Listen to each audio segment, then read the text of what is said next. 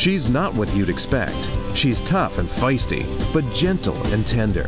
She makes millions and gives millions to the poor. She cries, she laughs, she teaches, she comforts. This is the Dani Johnson Show. Hi, welcome to the Dani Johnson Show. We are very blessed that you decided to join us today, and you're going to be so excited.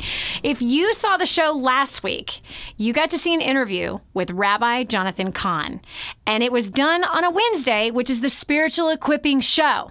And this is that one day a week where we put aside all commercial breaks, where we have just a complete focus on biblical issues, biblical matters, and Bible concerning our culture and our family and our finances.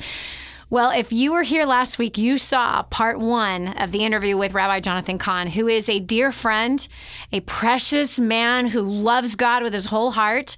He is a Messianic Jew, grew up Jewish, came to Christ, and has walked with him for many, many years. He's also a pastor. He's an international best-selling author as well as a filmmaker.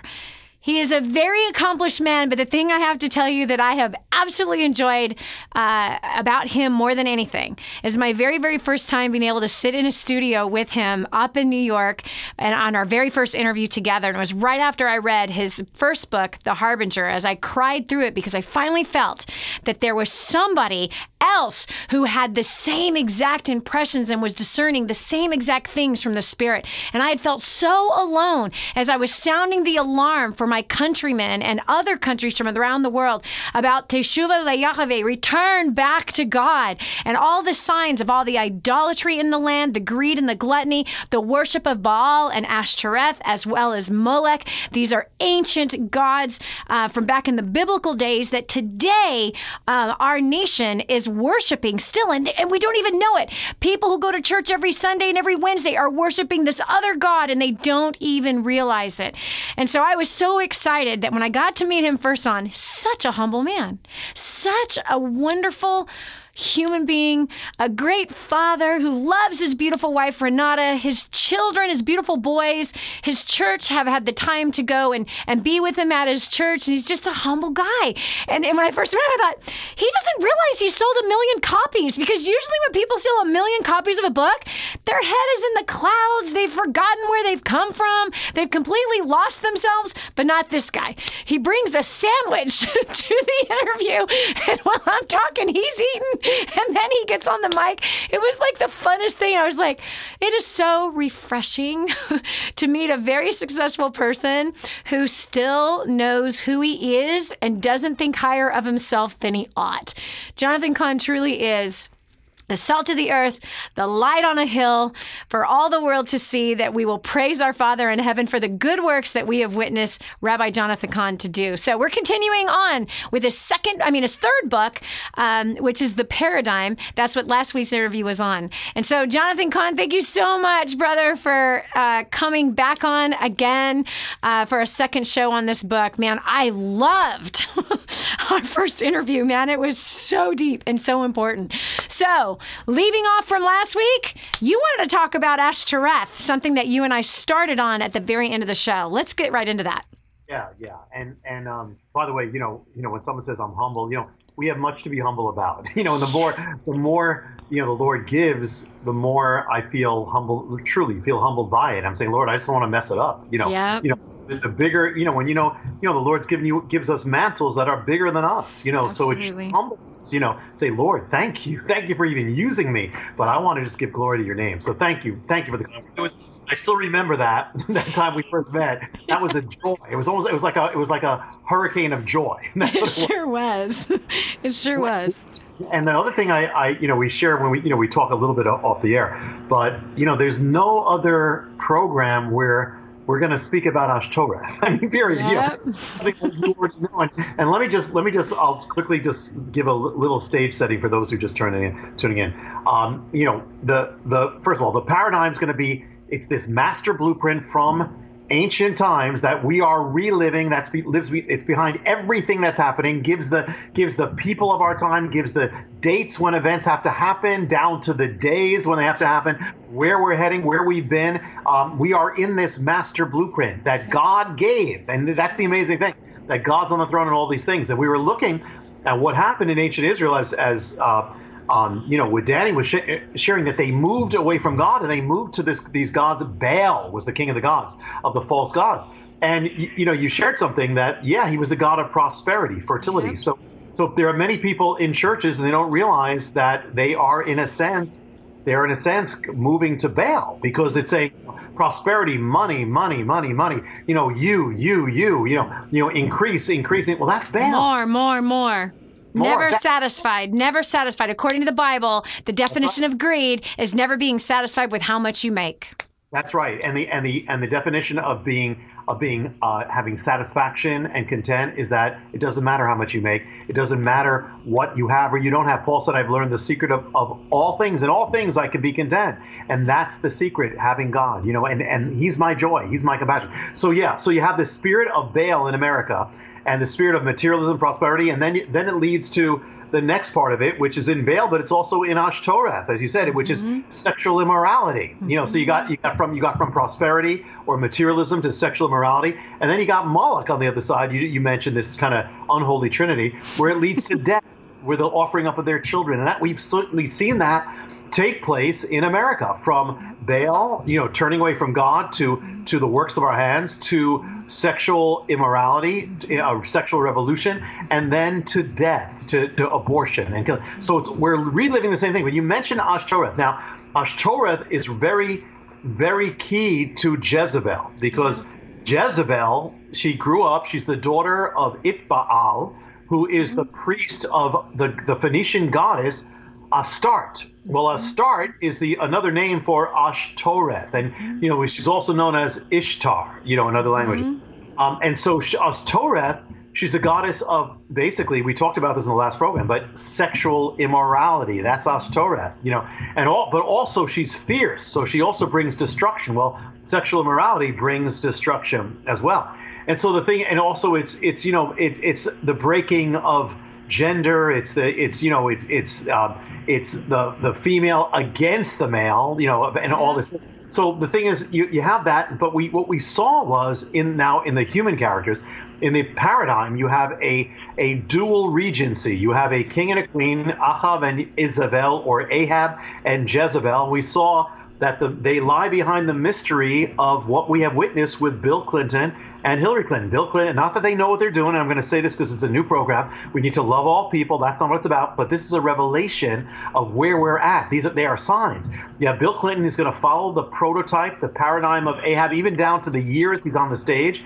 And you're going to have Hillary Clinton follow the paradigm of Jezebel. She becomes the chief champion of child sacrifice or abortion. In ancient times, it was Baal worship. So you got all that. But she also worships, as you said, Ashtoreth. So the Bible says that Jezebel brought to the throne or to the palace the priests of these goddesses. Yeah. It says Asherah. Sometimes there's another way of saying Ashtoreth, and all linked together. So here's the thing: if the paradigm says that she brought the priests of these goddesses to the palace, could there actually be a modern day fulfillment of that happening in America? Now, this sounds crazy. I mean, how would that ever happen? And by the way, what did the worship involve? Well, we said it involved sexual morality. This is Ashtoreth too. She's linked to Baal. It involved child sacrifice. It also involved, because we know it from the context of the Bible, it also involved speaking to the dead, conjuring spirits, all channeling, all these things. So it sounds crazy what I'm about to reveal, but there's a chapter in the paradigm called the goddess. And here's what happened. In the midst of the Clinton years, the Bill and Hillary Clinton, they summon to the highest part of government, they summon spiritual counselors. But the spiritual counselors are not biblical counselors like Dani. They're not taking from that. They're New Age counselors. Yep. So they call them to the high, and then Hillary Clinton takes particularly two of them and brings them to the White House for sessions again and again and again. Who were they? Well, the main person was a woman named Jean Houston. Jean Houston she's called a high priestess. Jean Houston is a high priestess of the goddesses. Wow. She actually had sessions in the White House with the First Lady, just like Jezebel brought in the priests of the goddesses, with the First Lady, and she had where the First Lady channeled spirits, and this woman, Jean Houston, conducted it. And as the worship of these goddesses was linked to the conjuring of speaking to the dead familiar spirits, wow. The First Lady of America channeled a dead spirit. Yeah. She spoke as a dead person. Now, when this broke out, people said, okay, seances, and then they said, they denied it, and they said, no, these are just brainstorming. Well, there's no brainstorming in this. These were sessions of channeling. And it was clearly, the mystery was linked to Jezebel and the priestesses of the goddesses. And not only that, but the woman, Jean Houston, at the time, she wrote a book, and it was all about goddess worship. Wow. In the book, she describes what the sessions are. She says, when you do this, when you're speaking as the dead people, you are also speaking to the gods and goddesses. Wow. And around her neck, when she was leading these sessions, around her neck, she was wearing a medallion of an ancient goddess as she led the First Lady to channel these spirits. Wow, wow, wow, wow. That is crazy. Two things.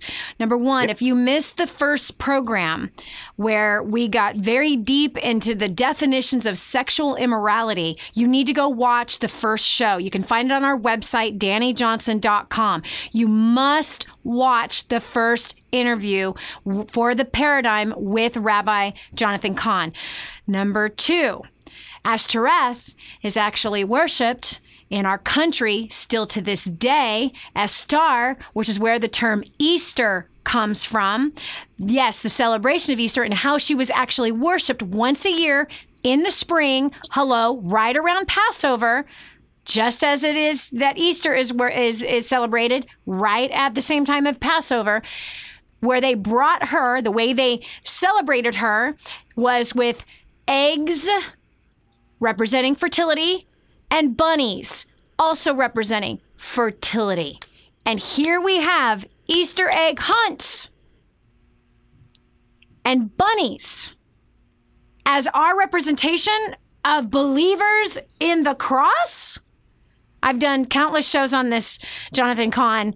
This same goddess is being worshipped today. It's during the same days of Jeremiah, where Jeremiah wrote to the Israelites saying, you come running into this temple thinking you're okay, but I see what you're doing. You're worshiping the Baals and Ashtoreth, and then you're coming into my temple to worship me. And you think you're safe? You are not safe.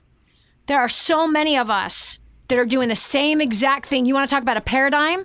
There's a paradigm for you. Is the worship of these false gods and still calling ourselves and thinking that we're calling upon the Most High God, Yahweh, God Almighty, our Elohim, the Elohim of Israel. We think we're calling on him, but we're also calling on these other gods as well. Wow, that is shocking. Yeah, and it gets even more because I had to get the book to research it, so I had to see what this woman wrote. And in the book that she writes, not only does she speak about goddess worship, but she literally starts speaking about the ancient land of Phoenicia, the land of Jezebel. And she speaks literally in the book, she speaks of the goddess Astarte or Ashtoreth. Mm-hmm. It actually says it, and she's the one who's leading the First Lady. So, I mean, talk about really fulfilling. Jezebel brings into the palace the priest of the goddesses. I mean, unbelievable, even that. But now I'm going to share something with you that is like a different kind of realm of the paradigm, and that is that it is not an American leader, but the paradigm, even what it's saying is God's in control of every single thing, and we have to know the signs of the times, and we need to know the times that we're living in so that we can act appropriately, so we can act anointed. We can respond and be the people of God we have to be. So one of the things it also reveals, it even reveals about our enemies or the enemies of the nation. In the paradigm, in the days of Ahab, a man rises up, and in the book, it's the chapter called the nemesis. A man rises up to the east of the nation, and he's Middle Eastern, and he speaks an Aramaic language, and he becomes an enemy. He threatens the nation with destruction, and he threatens Ahab, and he's going to invade the nation, and he's the arch enemy of the nation. He rises up in the latter part of Ahab's reign. Well, first of all, could that, according to the paradigm, in the years of the Clinton years, that there will arise a man who will become an arch enemy of the nation. He will come from the east. He will speak Aramaic language. By the way, Arabic is Aramaic. He will issue threats in that language against the nation. He will promise to invade the nation. And actually, do I have to say it anymore? I know. Days of Clinton, in fact, within 30 days of Clinton becoming president, comes the first terrorist act of Osama bin Laden, the nemesis from the east, from speaking Aramaic, an Aramaic-based language, threatening America with destruction. And actually, the paradigm here even gives the parameters of his name, because according to the paradigm, you look at the name of the ancient nemesis, his name will, at least translated into our language, will consist of 8 letters, and it will be 3 letters at the beginning, and then a second word with 5 letters, as in Bin Laden. And the first name will consist of B, or the Hebrew Bet, yep, and the N, or the Hebrew Nun. The name will be Bin, which is son. Laden. Mm-hmm. And absolutely, the ancient nemesis, his name meant son, and Osama bin Laden, wow, son. Yeah. So now here's what happens, and you can read this in the Book of Kings. Here's what happens: is at one point God delivers this enemy into the hands of Ahab. Ahab has the chance to eliminate the threat to the nation, but Ahab chooses to let him go, and so a calamity is going to come on the nation. And when he does that, God rebukes Ahab and says, because you did that, there's going to be calamity that's going to come on the nation. Well, it will come in the well. Here's the question now: could that have ever happened with Clinton and Bin Laden? Well, the 9/11 Commission found out that Clinton had the chance to eliminate, yep, Bin Laden. Yep. Chose to let him go. Yep. Not once. 9 times. Mm-hmm. But now let me go further. The nemesis brings destruction on the land. But then, so Bin Laden brings destruction 9/11. But then comes the greatest manhunt in world history. Everybody's searching, the CIA, the international police, all that. And if you remember, nobody knew what happened. He grew dead. Nobody knew what happened. Yep. They thought maybe he died, maybe he had kidney disease, maybe he's in the mountains. Nobody knew. Mm-hmm. So years it goes down, but the paradigm actually revealed what would happen.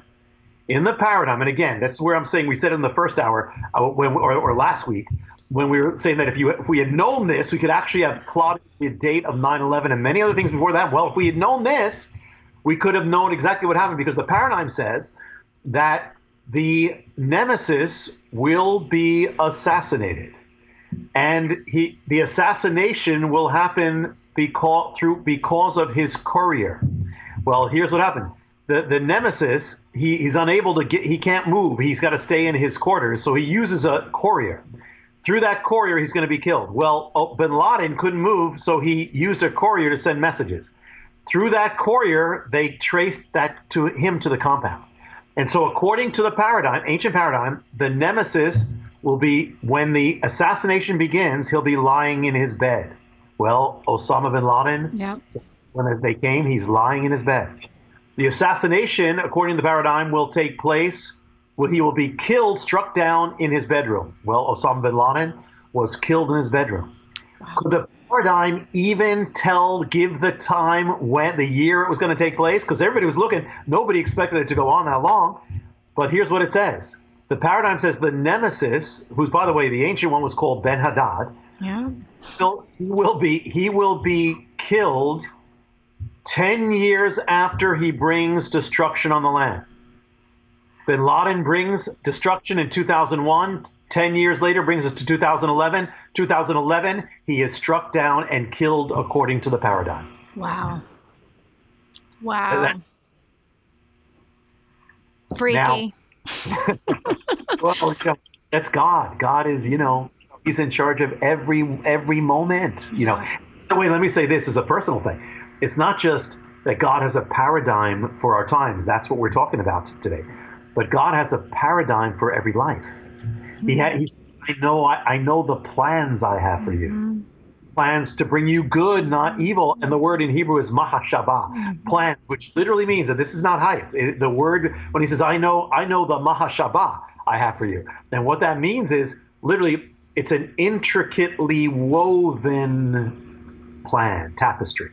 God is an intricate, just let's just see the paradigm as we've seen is intricate. I mean, it's detailed, it's precise to the day. But God has that for your life, and it's but you have to choose it. Amen. You have to choose. Amen. Amen. At one point in the book, and we'll get to it later, I'm sure. At the end, that's where it also gives the paradigm for God's people for such a time as this. But now, if we pick up where we were. We ended with the reign of King Ahab, King Ahab. Yeah. And so Ahab's reign comes to an end. Now most people, Danny, even most people who know the story from Sunday school, they think that this is what happens. Ahab's reign ends and Jezebel, that's it. That she ends with him. That's not what happened. Ahab ended, but Jezebel goes on. Wow. So what does that mean? Wow. The reign, the years of Bill Clinton come to an end, but for the first time in the history of America, the first lady goes on the political stage. Well, that's what happened to Jezebel. What happened to Jezebel? And again, this is not about the motives of the people, but this is the paradigm. Is she goes on, she remains in power. She's not the queen anymore. She's the former queen. She's not the first lady. She's the former first lady. But she dwells in the halls of power. She dwells behind the throne. She will dwell in the capital city, and she influence the government. Wow. Well, what happens to Hillary Clinton for the first time? She goes on, and she goes on not as the first lady, but as the former first lady. She goes on, not the same power, but with a behind the throne power. She dwells in the halls of Washington. She dwells in the capital city, and she still, by the way, advocates for all these things, abortion and all these. She advocates for all those things. And at one point, she's going to try to become president. But according to the paradigm, in 2008, she tries to be president. According to the paradigm, during that time, she will not become president. Instead, it will go to a younger man.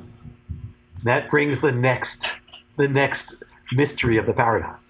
And he is called, in the book, there's a chapter called the heir. And he is the king known as Joram or Jehoram.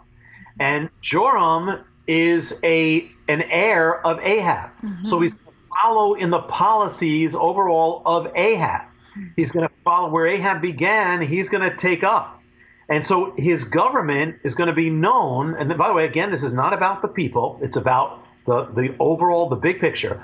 The government is going to be known for hostility to the ways of God. And a kind of an alienation to God. Not, Joram is a different personality. Ahab is hot and cold all over the place. Yeah. But Joram, and he can actually, Ahab could repent and then he could do evil, but you can't picture Joram publicly repenting. Joram is a cooler personality, I don't mean cool by grade. I just mean it's a cooler personality. It's a reserved personality, and but there's a hostility to God now. So where this is going to be now, the mystery behind Barack Obama, and Barack Obama is going to follow the paradigm of Joram. And that is, he, by and large, is going to follow in the policies of the Clintons. He's going to, where they started, he's going to keep going. Hillary Care becomes Obamacare. The stand on abortion, he will go total blast on that. With sexual morality, he will, as a policy, he will bring it where it's never been brought before. And so he's going to follow, and again, not about the man, we need to pray for the man, but But there's a gigantic record of incredible hostility as far as policy to believers. He will continually really war against religious freedom, religious exemptions, all that continuously. And so he's going to follow in that. But the thing is, now here's the thing. How long, because what we saw in the first program is that the leaders, they're going to match the ancient template, not only in their policies, but in their the time allotted for them to be on the national stage. So question, how long was Barack Obama on the national stage? Well, it began, it's a clear point because nobody knew about him. If you came out of nowhere. No, out of nowhere. Even in Chicago, a lot of people didn't know him. Yeah. But all of a sudden, it was one moment. The year was 2004. He was asked to give the keynote address at the Democratic Convention. He gave that address, and all of a sudden, he was catapulted onto the national stage. They said this guy could be president. All of a sudden, out of nowhere, he had never had a national office in his life. And yet, all of a sudden, 2004 summer, he is catapulted. And within 2 months or 3 months, he is elected to his first national office, senator. And then in January, he is sworn in. Within 2 years later, he's senator for 2 years. He begins planning his presidential campaign. Wow. 2 years later, he's president. It's one of the most rapid, out of nowhere rises ever. Yeah. But so he lasted until the last year as president was 2016, this year we just passed. Mm-hmm. And so 2004 to 2016 gives us 12 years of Barack Obama. 12 years. Now, we said he's following the template of Joram. You open up the Bible to 2 Kings 3. Joram, the son of Ahab, reigned in Samaria for a period of 12 years. Trippy. 12 years. In fact, listen, people can go on the web, because if you go on the web and you see Obama's speech this last summer where he spoke at the convention that nominated Hillary Clinton, the day that he spoke was it 12 years to the day when it all began. It was like 12 years to the day. Right. And the first words of his speech, this is the antitype of Joram. The first words of his speech were 12 years ago tonight. So amazing. That is amazing. So we're with Jonathan Cahn, Rabbi Jonathan Cahn, best-selling international author. The new book, The Paradigm. You can get it at Amazon.com and bookstores all over the place. You got to get a hold of this. And while you do, get a hold of the other two books, one of my favorites, The Harbinger, as well as his second book that was more of a daily devotional, which was uncovering mysteries. Amazing, amazing devotional as well. I want to ask you a question, because I think somebody that might be listening right now might be thinking, but how does any of this apply to me? How does it apply to my daily life? How does it apply to, my struggles and my debt and my, marriage problems and my toddler problems? How does any of this apply to me? How is this book going to benefit me? Okay, excellent question. First of all, imagine you were living, we all said, I wish I could be living in Bible times, Yeah. Imagine living in Bible times. Well, you'd have your toddler problems. Absolutely. Have problems. You'd have your marriage problems. You'd have all, and you'd have Ahab and Jezebel. Exactly. You'd have Baal worship, and you'd have to deal with your kids. What's going to happen with my kids with Baal when they're being indoctrinated? What's going to happen with our religious freedom? What's going to happen because what happens on the throne affects everything else. All these things have already affected your life. 9/11, that's affected your life. The Clinton years affected your life. The Obama years have affected your life. And by the way, this is before we finish, we're going to take it right up to where we are. And we have the figure of Donald Trump coming up too. So we have the mystery of Donald Trump coming up. Wow. So the thing is that, number one, all these things affect your life. The Bible says that we are to know the signs of the times, and we're to know where we're to live. Listen, it affects your worship life. Dani was talking about earlier, you were talking about how there people go to church and they're actually worshiping Baal. They don't realize what they're doing. So all these things, number one, are that we need to know the signs of the times. You need to know the issues that are affecting your life. The paradigm is also not only telling you here, this is it. It was all foretold. It was all done. But It's giving you a context so you can actually say, okay, well, that's what this is. That's what this is. That means this is where God is on the issue. This is where I need to be on the issue. Like we talked about sexual immorality. You can't just define, this is what I feel, this is what I think, this is what's right for me. You have to know, where does God fall on that? What does God say of it? Well, the paradigm is taking all these events and saying, here's where God is on it. Here's where God is on this issue. Here's where the word is on this issue. And here's where the righteous have to be. Because back then, there were righteous people. We'll get to them. But there were in fact, we have a part in the paradigm. But there are righteous people in the paradigm at that time. So what were they doing? How did they live? How did they respond?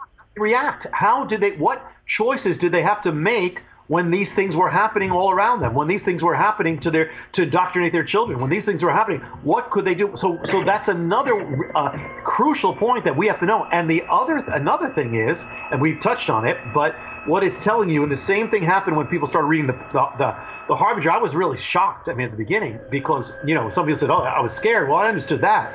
But people says, I was comforted. I said, you were comforted. People are saying that with the paradigm. I said, what do you mean you were comforted? It said, because this is showing me that every single thing is in the hands of my God. God is on the throne. It's not this one who's on the throne. Above the throne is God. God is on the throne. So I know that everything is under his control. And that means that he's working everything out. And if he's doing that with everything around me, then he's doing that with my life, because my life is part of the big picture.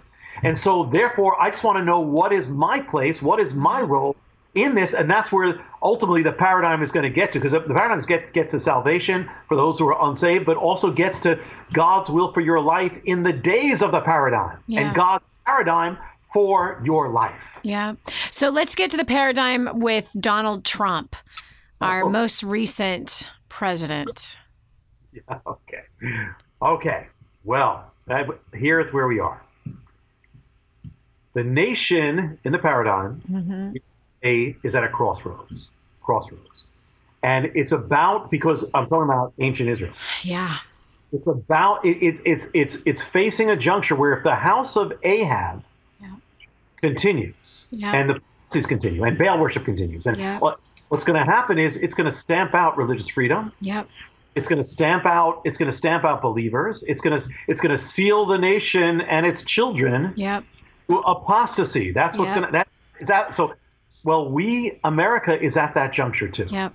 We are at this, we've been at this threshold, and we were now at a juncture with this last lesson where and this is not about, again, I don't care what name you give them. I don't care what the name of their party is. It doesn't matter. It's about stands. Where if the Democratic Party with its stand had won the presidential election, it would have sealed the course of abortion. Yeah. Actually, it's not just that. It would not just that. We would be, all of us would be directly funding abortion. Yeah. Remember what Ahab and Jezebel did. It wasn't just abortion. It wasn't just child sacrifice. They were seeking to force people to partake in Baal worship. Well, we would have, every Christian, you would have been working for abortion. You would have literally been working and giving your money, and your taxes would go to abortion. That's exactly what it was going to be, if you didn't realize it, because this was the most radical, brazen convention ever in the history of this party. And by the way, this party didn't used to be like this, but that's what happened.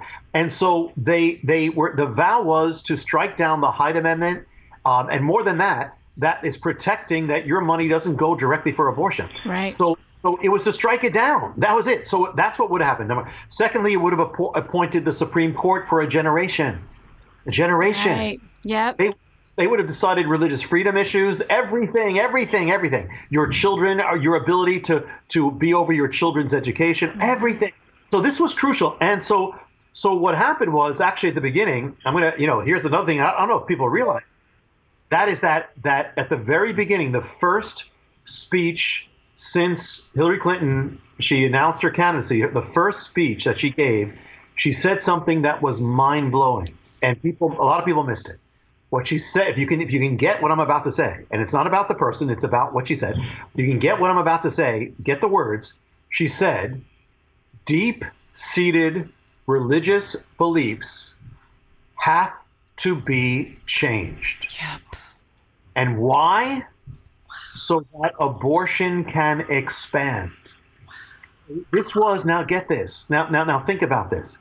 And think about this. Jezebel, when she came to Israel, her big obstacle was deep-seated religious beliefs in the Lord, God of Israel. Yeah. So her agenda was, we have to change it. Why? So that Baal worship could expand. And what is Baal worship? Child sacrifice.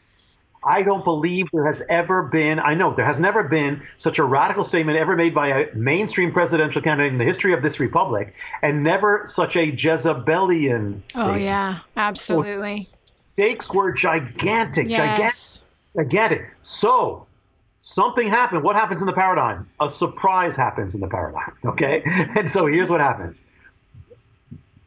Elijah, remember, Dani, when Elijah went to Mount Sinai? Yes. And he said, I'm finished. And God says, you're not finished. You need to anoint some people, anoint. But he also told him to anoint a man, and we don't know that he ever anointed a man, and we don't know if that slowed things down, but he never anointed this man.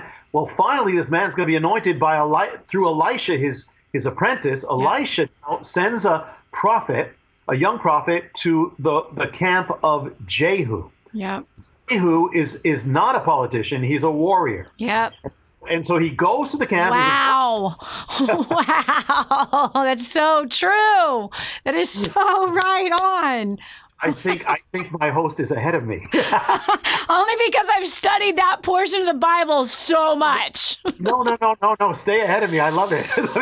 So yeah. But you're all gonna get it in a second. But Dani knows it. So he goes to the camp of Jehu, and he says, when you see him, he says, call Jehu, this military leader, call him aside, bring him into an inner room, and say to him, thus says the Lord God of Israel, I've anointed you to become king of Israel, and you are to end the house of Ahab. Yep. So he pours the oil. It was actually, so the guy goes, and he goes there, and he sees the guy. He says, I have a message for you. And Jehu says, for which one of us? He says, for you, commander. Takes him aside, takes him in the room, gives him the prophecy. You're going to be king of Israel. Now he's working for the king of Israel. He said, you're going to become king of Israel. He takes the oil, pours it on his head, and then he runs, takes off, and gets out of there. This is Jehu. So what is the paradigm of Jehu? And this is so cool because, again, Dani, she got it, and she's laughing because she knows where this is going. But the thing is that this is how incredible this is. This is the next part of the paradigm, and it's all there, and it's all in order. And here's the next surprise. Here you have Jehu. Jehu's not a politician. He's a warrior. He's a fighter. He fights with everybody. Yeah. He's not a gentleman. He's a rough man. Yes. He's a wild man. Yes. Sometimes he's out of control, and he looks like he's out of control, and nobody knows what he's doing. Nobody knows what he's going to do next. He is rash. He's impulsive, and he's also strategic. So we got all this now. So here is Jehu. Is going to be the mystery of Donald Trump. Wow. You want to understand Donald Trump? This is it, guys. This is it. Donald Trump is going to follow the paradigm of Jehu. And so what does that mean? Number one, he's not going to be a politician. Mm-hmm. Number two, he's going to be a fighter. He's going to fight with everybody. And if Jehu had a Twitter account, forget it. So he is not, Donald Trump will not be a gentleman. He'll be a rough man. Mm-hmm. He will be wild. He'll be unpredictable, just like Jehu was. Yeah. Exactly. And in fact, it's fascinating, Dani, because you've studied this. If you start looking at the commentaries about Jehu, and it's amazing. I mean, a lot of them will say, listen, even though Jehu was so unlikely, it needed somebody, maybe someone who was more reserved could not do what he had to do. Yeah. What he do. So here he is. He is anointed by the guy. And so what happens next in the paradigm? Jehu he gets on his chariot and begins a race, a campaign for the throne. Yep. So what does Donald Trump do? He begins a race to the throne. Yeah. A race to the White House. But it gets even, and this is, I mean, if I could say that the paradigm has a sense of humor, this is where it is. Because what happens is, and a lot of people know this, but they never connected it, is that when he's riding the chariot, the watchman sees him. And the watchman's asked, well, who is it? He said, well, I'm not sure who it is. He says, but the driving is like that of Jehu. He driveth furiously. So it's saying that he's leading. Jehu apparently was known for driving furiously. He's leading the race furiously. And by the way, Dani, the Hebrew word for furiously is the word shagah, which means crazily. He's driving crazy. He's out of control. He's crazy. And it also means, and some of the Bible, you can check it out in your Bible. Yeah. Some of the Bible versions will say, he driveth like a madman, like a madman. Wow. So the race of the warrior, and by the way, this is in the paradigm, the chapter is called the warrior because the guy is called the warrior. The thing here is that he will lead his race. He will lead it crazily. And there's one thing we could say about this race. We all said it. This is crazy. Yet, even though it's crazy, it's going to get to the throne. It's going to get to the throne. Now, when does the Bible actually, does the paradigm actually give, does it actually give the year? Could it actually pinpoint the year when the race is going to come in full swing? Well, it does. According to the paradigm, the warrior, the race of the warrior will come to full head in the 12th year of the heir, or the 12th year of Joram. Well, Barack Obama begins 2004, 12th year, pinpoints the year years. 16. 2016 is the year of where the showdown comes. So there's going to be a showdown. And so go ahead. This is crazy. This is absolutely crazy. If you have studied your Bible, I know that this is all clicking in your head right now. The book is called The Paradigm. This is Rabbi Jonathan Cahn. We are talking about right in history that is now like revealing itself in our modern time. This kind of reminds me, Jonathan, like Yeshua saying, Elijah has already come. Remember, the Jews were waiting for Eliyahu to come back. You remember that? Yeah, so I wonder if that in itself was also a paradigm, right? That he says John the Baptist was Eliyahu. John the Baptist was Elijah. You missed it. Yeah. Well, that's an awesome point, because what people don't realize, and we never even said this, that what is a paradigm? A paradigm is a archetype. It's a pattern. It's a symbol. It's a model. It can be a foreshadow. And the thing is that God uses paradigms throughout the Bible. I mean, he uses foreshadows all the time. The pattern of the temple, in heaven, that pattern of the tabernacle, the pattern of the New Jerusalem, the pattern of the prophetic patterns, prophetic acts, smashing of a jar, which is a paradigm of destruction, or, the tearing of a garment, or the paradigm of types of Joseph, of Moses, of David, throughout the Bible. And then there's something, actually, I quoted in the book, where Paul said, these things that happened specifically to Israel, and he's talking about the fall of Israel, the apostasy. He says these things happen as examples to us for our benefit. Well, word in Greek, for example, is tupos. We get the word type, and that word also means paradigm.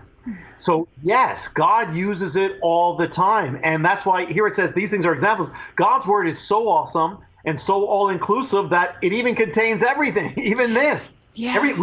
We have all been living this for the last quarter century, and it's all there, and it's all here. It's all here. Mind-blowing. It's absolutely mind-blowing. Okay, so back to Yehu as a Donald Trump as the paradigm. That's right. And you said it, that his real name is Yehu. Yeah.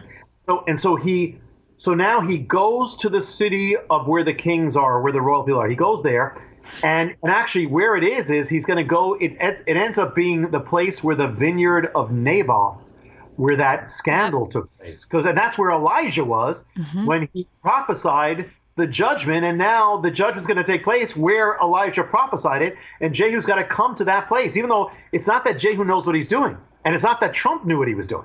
It's that he just ends up fulfilling what was required at that time. So he goes there, and actually, interesting thing happens. If you read the account, Jehu then reveals something. He reveals that he was actually there when Elijah gave the prophecy to Ahab of judgment. And so what it reveals is that Jehu used to be on the wrong side of the war. It means that Jehu used to work for Ahab. He used to, Ahab was his acquaintance. Ahab was a friend. And he used to agree with the things of that. He used to support Baal. He used to support child sacrifice. And so what does that mean? Well, Danny's already Donald Trump, even that. Yes. Donald used to be, number one, he used to be an acquaintance of the Clintons. He used to be a friend of the Clintons. He used to be on the wrong side of the culture. He used to be for immorality. He used to be for child sacrifice. He used to be for abortion. He said, I'm very pro-abortion. But Jehu changed. Yeah. Jehu changed and said, no, now I'm going to be for life. And that's what happened with Donald Trump. You see, people said, well, how could somebody leave, like Donald Trump? I mean, he didn't live a Christian life. He wasn't a Christian example. Far from it. But the question is this: can God use someone who didn't know him, didn't serve him, and actually was on the wrong side? Can he use them yet for his purposes and his glory? And the answer is absolutely yes. Absolutely. Use Jehu. You want to understand it? Use Jehu. When you look at to this day, Danny, when you read the commentaries on Jehu, the commentators cannot make any sense of Jehu. He's an enigma. Did he know the Lord? Did he not know the Lord? And that's exactly the way it is with Trump. He's exactly that. And so even that is part of the paradigm. Yeah. So, and the other thing too on that note is that even God called King Nebuchadnezzar, as a king of kings and Lord of lords, and said, he is my servant. That's right. That's right. Right? And if God used him to bring all the children of Israel into captivity, into Babylon, he used him and said, this is my servant Nebuchadnezzar. This is my King of Kings, Lord of Lords. There's only one other that's referred to that way, and that's Yeshua, Jesus. The other is that can God speak through a donkey to bring his word? Yes. So of course he can use this wild king Jehu, and he can use our wild president Donald Trump to bring his will to pass. If he'll speak through a donkey and prophesy through a donkey and call King Nebuchadnezzar, who others could say was evil, but God said he was my servant and he's the King of Kings and Lord of Lords. Hello, we need a little bit better of perspective and understanding the character of God and how he uses all things to bring his will to pass. Amazing. Amen. Absolutely. And that's the big point. And the other thing is the other thing is that also can tell, that can be an encouragement too. And that is that listen, God can use you too. Amen. I mean, you can use us. We're all donkeys anyway. Exactly. As long as Jesus is riding us, I'm okay. I'm blessed to be. That's awesome. So the thing is that's number one. Number two, what it also tells you is in the same way, you say, well, how can God do that? Well, listen, rejoice that he can. Yes. Because what it also means is that God can use and will use every single thing in your life for your blessing, for your good. It says he works all things together for good, for your blessing. So even the horrible things, the shameful things, the terrible things, the sinful things, he'll use it. Give it to God. Get back in his will. He'll use it for your redemption. Yeah. So be blessed that God can use Donald Trump. Yes. So here's what happens now. He comes to the capital city. He comes to Jezreel. And at Jezreel comes a showdown between, picture this, between the warrior, Jehu, and a politician, and the former first lady. Yes. Oh my gosh. It's so true. Yeah. It's unbelievable. And the thing is, so what was this election of Showdown? Oh, yeah. It was Donald Trump, warrior, and former First Lady Hillary Clinton. And so, but it has to be. It's almost like it had to be. Yeah. And so here they come head to head. And as they come head to head, interesting, Jehu, he speaks of the corruption of the house of Ahab. He actually speaks of Ahab's. Yep. And so what did Trump do? He spoke of Clinton's scandals. Yep. Same thing. And he will speak of the former First Lady as corrupt. I'm talking about Jehu said that. Well, so will Trump will say that. And this is not about whether it's true or not. The fact is that he did it. Yes. Jehu did. And it gets to this showdown, which is a very famous scene in the Bible. But now, this is it's going to take on a whole nother dimension. So they come face to face. And when they came face to face, actually when Donald Trump and Hillary Clinton came face to face, it was in the presidential debates before the whole nation. And in the last debate, and Jehu is against now. He's against child sacrifice now. He's against killing children. And so Trump became very pro-life, and he actually confronted Hillary Clinton publicly about this, about this, and Hillary Clinton basically defended it. So this is like the total paradigm. And so what happens now is he comes to the palace, and he looks up, and there is Jezebel, and she's looking through the window, and she's looking down on him, and she says something sarcastic about him. And now, but what she did is a lot of people don't realize what this was, and they have different opinions. She puts on makeup, and she adorns her head, it says. Yeah. People think, well, why'd she do that? She's doing it to seduce Jehu. No, very unlikely. First of all, she's a grandmother. Not that you can't be attracted. Watch it. Right there, Dani. You don't look like any grandmother I've known in my life. So forget that. But she's probably advanced in age, as Hillary Clinton was, But the point is that she's putting on that. It's not to seduce Jehu. She's doing it as an act of defiance. She's doing it to say, I'm queen. I'm gonna stand in defiance. And it says adorn her head. Most likely what that means is she put a crown on her head, the royal crown. And she comes there. But interesting, what happened at the night of the showdown of the election? Hillary Clinton was preparing for her own coronation. Yep, she was. The media was saying it. You can look at articles. It says coronation being prepared for Hillary Clinton. She was preparing to have a glass ceiling come down and fireworks display all over New York City. I mean, it was a big thing.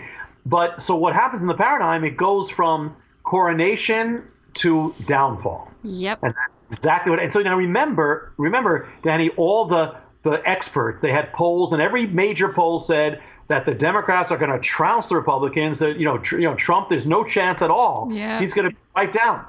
But the paradigm said something else. If we had known the paradigm said when the warrior comes head to head with the former first lady, the warrior will defeat. He will be victorious, and she will be defeated.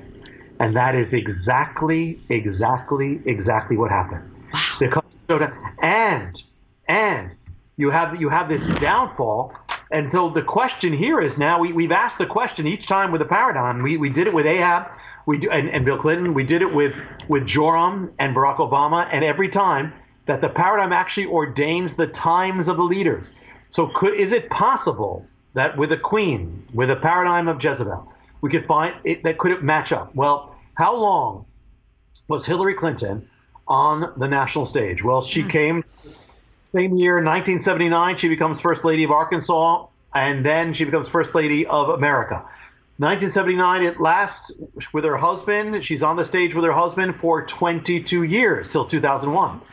And then after that, she goes on her own solo career. Senator, 8 years. Secretary of State, 4 years. That brings you to 12 years.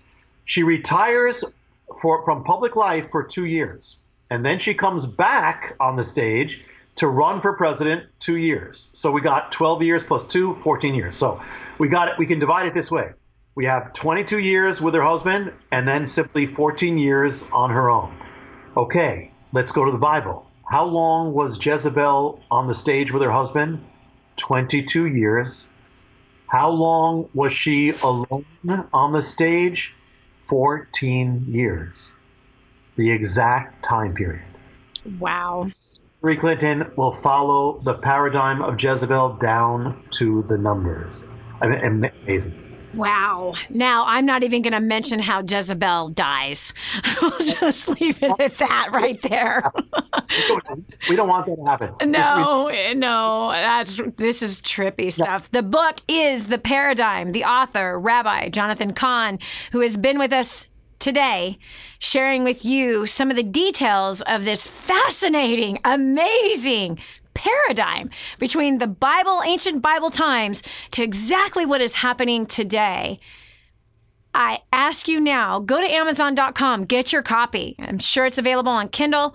I'm sure that you're going to start reading it and you're not going to be able to put it down, which is exactly how it was with The Harbinger when I first read that book. So much packed inside of this book, so much packed inside of this paradigm. I love learning the Bible and seeing how it's, I don't know, being shown in today's life. And also looking at what Jonathan Cahn was talking about with how did those people survive in those times? What did they do in those times? And there's really like two people groups during those times, just as there is now. The nation was divided then. The nation of Israel was totally divided. The nation of America is more divided than she's ever been. And I think Israel was more divided at that time than she had ever been as well. So that's another paradigm, if you will. It's actually, Dani, that's actually in there, and I know we have just a little time left, but that's actually in there. There's a chapter called The Warrior King when this Jehu gets to the capital, the nation's divided, exactly what you said. And also, I'll just say a quick thing. He on the way to the capital, he meets a man who's called the Holy Man. He makes an alliance with religious conservatives to get there. And there's something that, we also, at the end of the book, I wanted to get into the things to come.